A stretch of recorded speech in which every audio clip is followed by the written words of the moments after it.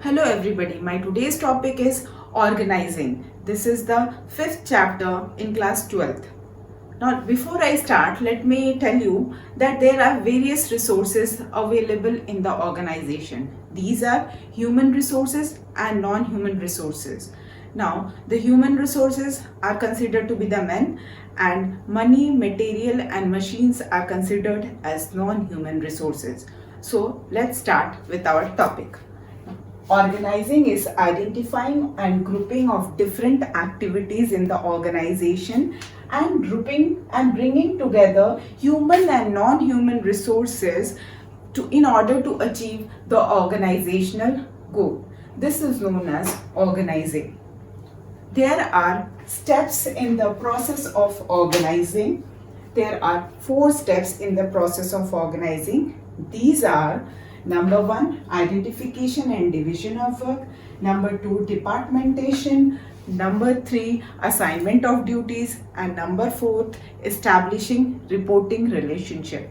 So let's start with the first step, that is identification and division of work.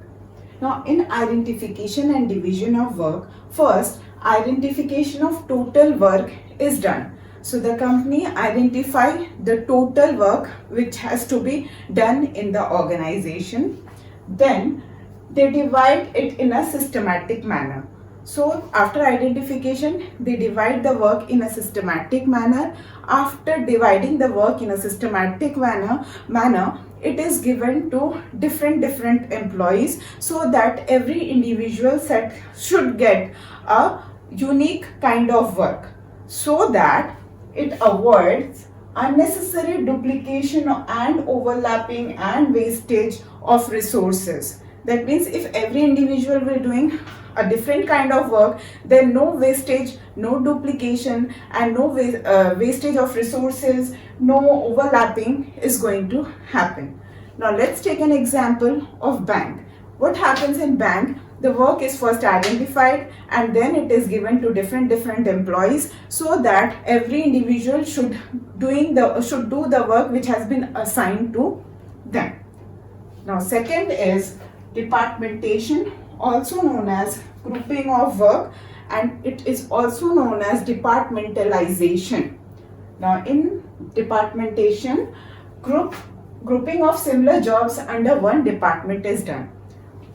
Then on the basis of function, so grouping of similar jobs on the basis of function means that finance department, production department, purchase department, marketing department, so these are the functions, and it is grouped on the basis of functions, on the basis of products.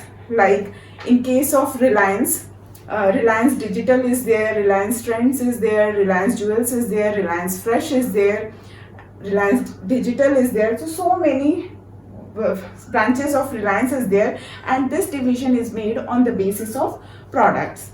Then comes on the basis of geographical location.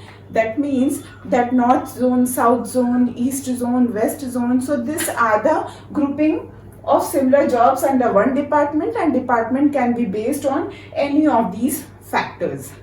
Next comes example: sales and marketing activities are grouped in marketing department. Obviously sales and marketing are correlated, interrelated work, so it can be grouped under marketing department. Now third is assignment of duties. So the assignment of duties are to allocate work to different employees. That means work is allocated or work is assigned to different employees. This assignment of duties are done on the basis of knowledge, experience, qualification, skills, so that the work can be performed effectively and efficiently, because whatever task has been assigned, the person is already the master in that work. Now example, finance manager should be given finance related work because he is efficient in handling money related matter. So the qualification matters a lot. So according to the qualification, knowledge, experience, the work should be assigned to the concerned person. Now, fourth step is establishing reporting relationship, which clearly defines the authority responsibility relationship. It gives the organization deliberately create hierarchical structure so that it should be clear that who should receive the orders and who should give the orders. That means the order should flow from top to bottom. So for that, this is establishing reporting relationship is created so that the person should know that whom I am supposed to accountable. Now, it is a superior subordinate relationship, and it ensures coordination amongst various departments, because when within the department there is a proper coordination, then even in various departments there will be also a proper coordination so that the organizational goal can be achieved. And then example of establishing reporting relationship is that employees of production department will receive orders from the production manager. Similarly, the employees of purchase department will be receiving orders from purchase manager.